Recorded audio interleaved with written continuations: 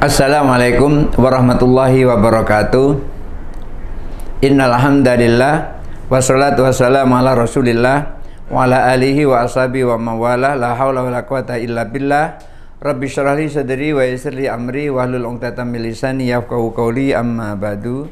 Pemirsa Kompas TV Jambi yang dirahmati Allah, kali ini akan membahas tentang thariqat, di mana sebelumnya telah dibahas tentang syariat, yaitu syariat itu adalah ketika seseorang mengetahui hal-hal yang wajib, ketika seseorang mengetahui hal-hal yang haram, ketika seseorang mengetahui hal-hal yang makruh, ketika seseorang mengetahui hal-hal yang sunnah, dan ketika seseorang mengetahui hal-hal yang mubah.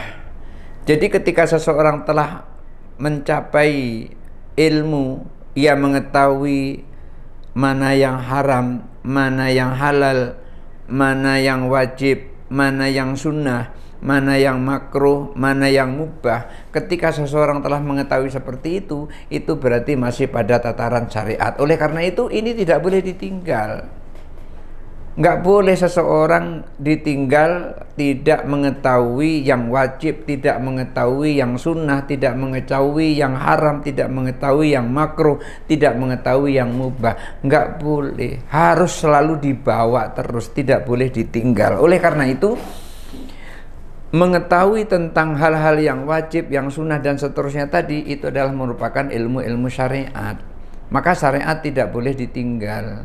Nah, ketika seseorang sudah mengetahui yang wajib, setelah mengetahui yang sunnah, telah mengetahui yang haram, telah mengetahui yang makruh, telah mengetahui yang mubah, maka semua itu kemudian terus dijalankan. Ketika seseorang menjalankan itu semua, itulah yang namanya disebut dengan thariqat. Oleh karena itu,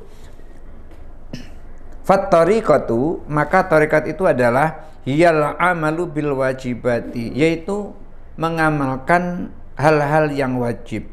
Ketika seseorang mengamalkan hal-hal yang wajib seperti sholat dilaksanakan, puasa dilaksanakan, haji dilaksanakan, sedekah dilaksanakan, zakat dilaksanakan, maksudnya sedekah terus sedekah wajib dilaksanakan. Ketika seseorang melaksanakan hal yang wajib ini, itulah sebut dia telah berthariqat. Wal mandubati, seseorang telah melaksanakan yang sunnah-sunnah seperti sholat tarawih ia laksanakan, sholat tahajud ia laksanakan, sholat duha ia laksanakan, dan sholat-sholat sunnah yang lain ia laksanakan. Puasa sunnah dia laksanakan, puasa Senin dilaksanakan, puasa Kamis dilaksanakan, puasa Daud dilaksanakan, dan yang sunnah-sunnah yang lain dilaksanakan. Maka orang yang seperti itu artinya ia telah menjalankan thariqat. Maka thariqat itu adalah menjalankan hal-hal yang wajib dan menjalankan hal-hal yang sunnah.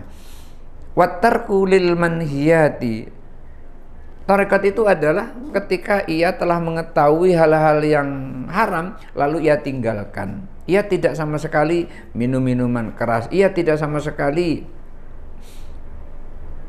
melakukan yang haram, berzina, sama sekali tidak ia lakukan itu.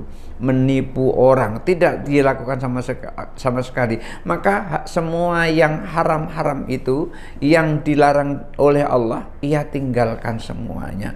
Itulah yang disebut dengan thariqat. Jadi thariqat itu menjalankan perintah-perintah Allah yang wajib-wajib, menjalankan perintah Allah yang sunnah-sunnah, dan meninggalkan larangan-larangan Allah yang haram, ia tinggalkan.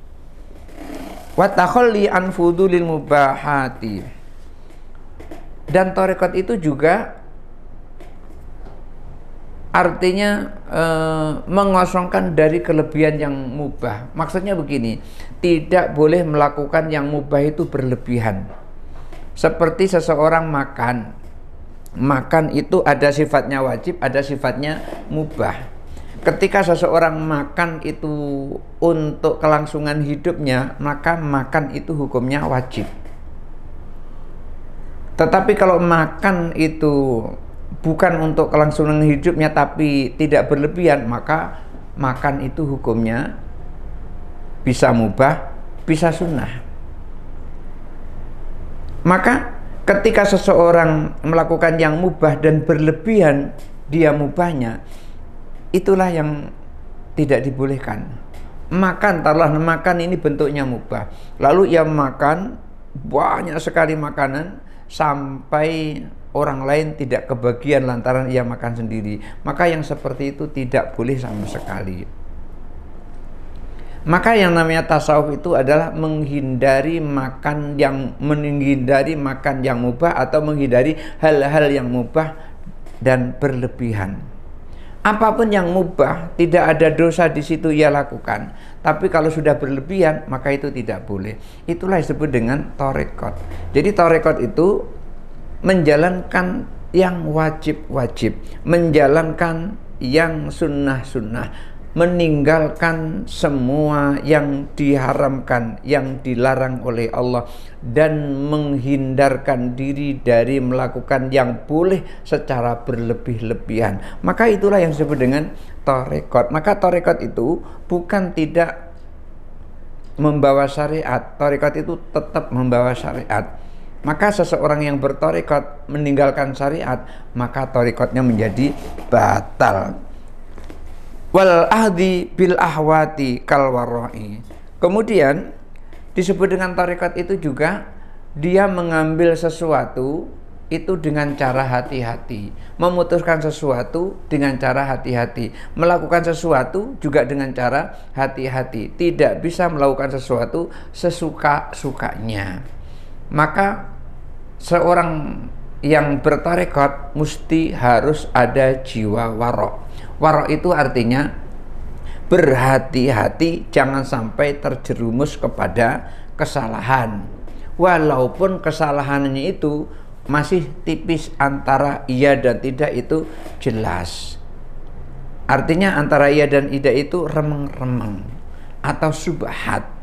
Maka orang yang seperti ini disebut dengan orang yang berhati-hati atau warok. Lalu bagaimana kelanjutannya? Mari kita lanjutkan setelah berikut ini.